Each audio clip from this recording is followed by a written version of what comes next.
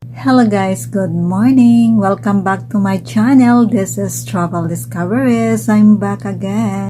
So today's video is I gonna share with you how to apply for the SB-1 or returning resident visa. So let us further ado, let's start.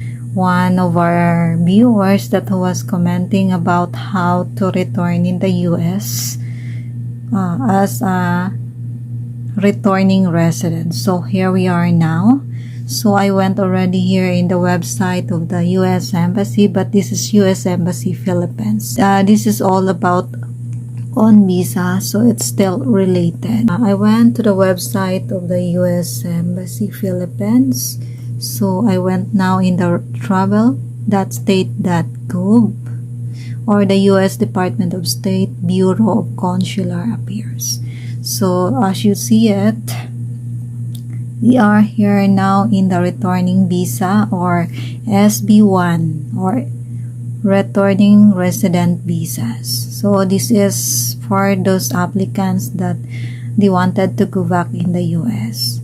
So guys, remember, if you are more than 1 year, you need to apply for the SB-1. So this is the overview of the resident visas.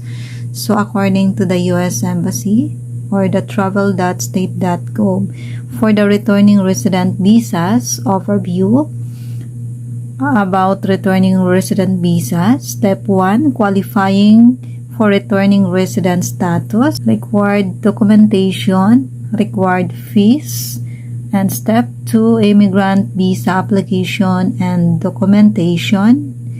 And next is if your application to determine returning resident visas is not approved, and about international travel and permanent residence. So all of these guys, we will take it one by one so that you have an idea what to do. So first one is overview about returning resident visas. So a permanent resident called lawful permanent resident or LPR or conditional resident CR who has remained outside the United States for longer than 1 year or beyond the validity period of a re-entry permit will require a new immigrant visa to enter the United States and resume permanent residence. So it means, guys, if you are more than a year, you need to apply for the SB-1 or returning residence. Approbation access under US visa law for issuance of a returning resident special immigrant visa to an LPR who remained outside the United States due to circumstances beyond his or her control. This web page is about returning visas or resident visas. If you are an LPR unable to return to the United States within the travel validity period of the green card 1 year or the validity of re-entry permit 2 years, you may be eligible and you can apply at the nearest US Embassy or consulate for a returning resident SB-1 or immigrant visa. If your application or for returning resident status is approved, this eliminates the requirement that an immigrant visa petition be filed on your behalf with the Department of Homeland Security or DHS, U.S. Citizenship and Immigration Services or USCIS. You will need to be interviewed for both your application for returning resident status and usually letter for the immigrant visa. An SB-1 applicant is required to establish eligibility for an immigrant visa and have a medical examination. Therefore, this involves paying both visa processing fees and medical fees. So it means, guys, that you need to undergo again for interview and medical examinations, and you need to pay both of them. For spouse or child of a member of the U.S. Armed Forces or civilian employee of the U.S. government stationed abroad, if you are the spouse or child of a member of the U.S. Armed Forces or of a civilian employee of the U.S. government stationed abroad on official orders, you may use your permanent resident card, Form I-551, to enter the United States even if it has expired.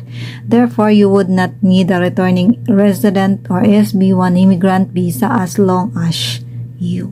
So, for those that child or spouse of the U.S. Armed Forces or civilian employee of the U.S. government stationed abroad, you don't need to apply for the SB-1, guys. So all you need to do is to bring your permanent resident card or Form I-551. So that's only you will use to enter, to show on the border when you enter to the United States. And your purpose have not abandoned your local permanent status and your spouse or parent is returning to the United States.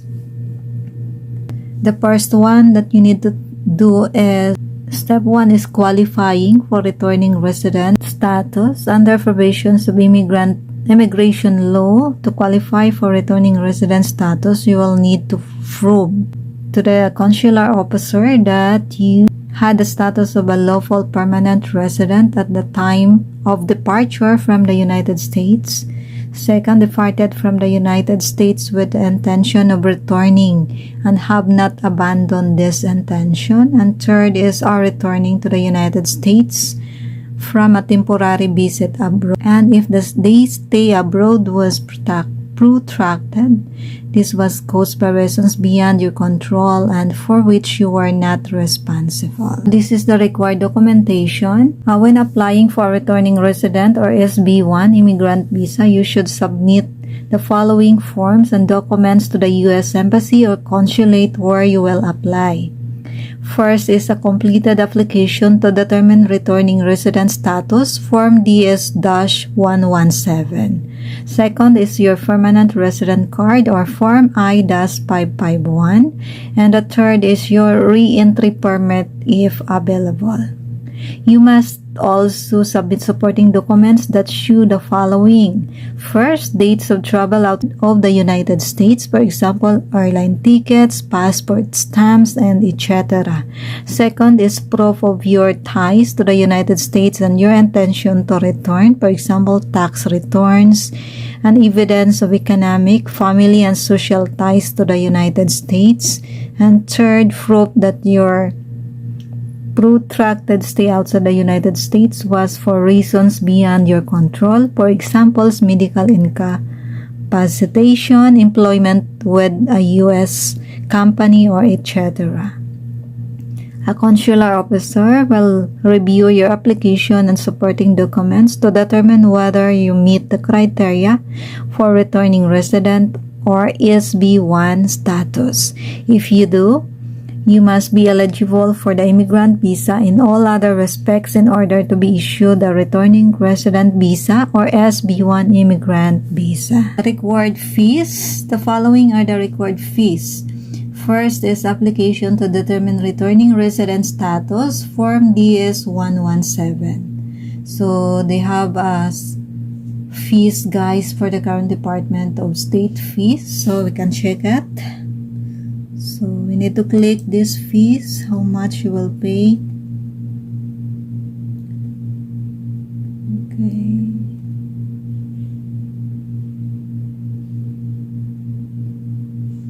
So we'll look. So for the treaty, trader, investor, Australian professional specialty category is $315. And for the K1 fiancé or spouse of U.S. citizen visa category is $265. So let us see for the returning resident. All the fees is here, guys. All you need to do is to visit. For the application for determining resident status or Form DS-117 is the fee is $180. Application for determining returning resident status or Form DS-117 is $180. Additional, if you are approved for returning resident or SB-1 status, the following fees will be required based on the immigrant visa processing explained below. So for Form DS-260 application processing fee and medical exam and vaccination fees. So the next step is step 2, immigrant visa application and documentation. So the U.S. Embassy or Consulate will provide you with specific instructions for the remainder of the processing for your returning resident or SB-1 immigrant visa. While exact instructions may vary by embassy or consulate, these instructions will include: before your interview, instructions for your medical examination, including a list of required vaccinations, instructions for your interview, including the following documentation to bring. The first is Form DS-260 Immigrant Visa and Alien Registration Application. Here, the sample, guys, they have a PDF. So all you need to do is to click this one. And original passport, 2 photographs meeting photograph requirements, and a list of civil documents to bring to your immigrant visa interview as requested by the embassy or consulate. So that is only the immigrant visa application documentation that you need to bring during your interview. Review country-specific instructions and further information by reviewing the U.S. Embassy or Consulate website where you will apply. So it means before you apply for the SB-1 or returning resident visa, you need to check your U.S. Embassy nearest in your country, in your place where you live, okay? So because every embassy, they have their own specific instructions, country-specific instructions. If your application to determine returning resident status is not approved, if after reviewing your application to determine returning resident status or Form DS-117 and supporting documents, the consular officer determines that you do not meet the criteria for a returning resident or SB-1 immigrant visa on the grounds that you have abandoned or relinquished your residence in the United States, it may or may not be possible to obtain a non-immigrant visa depending on whether you have established a residence abroad to which will return. If you cannot submit convincing evidence of compelling ties abroad, you may have to apply for an immigrant visa on the same basis and under the same category by which you immigrated originally. About international travel and permanent residence. As a permanent resident, before you depart the United States for temporary travel abroad and then seek to return to the United States, you should review important information on the U.S. Citizenship and Immigration Services or USCIS and the U.S. Customs and Border Protection or CBP websites. Learn about travel documents including re-entry permits and Form I-131 application for travel document on the USCIS website. For information for permanent residents returning to the United States from travel abroad, review the CBP website. So that's it, only the processing on how to apply for SB-1 or immigrant visa. So guys, if you are planning to go outside the country, you need to check first the website of the U.S. Customs and Border Protection or CBP and also for USCIS about the application for travel document, so that there is no problem when it's time for you to enter again in the United States. But remember, you are allowed only to go outside the country is only 6 months. If you are more than 6 months, you need to apply now for SB-1. Okay, so that's it only for today. Thank you so much for watching. If you like this kind of video, don't forget to subscribe, like, and share, and also give a comment down below on my description box so that I can answer as soon as. So that's it for today. Thank you so much for watching and God bless you all. See you in my next vlog. Bye.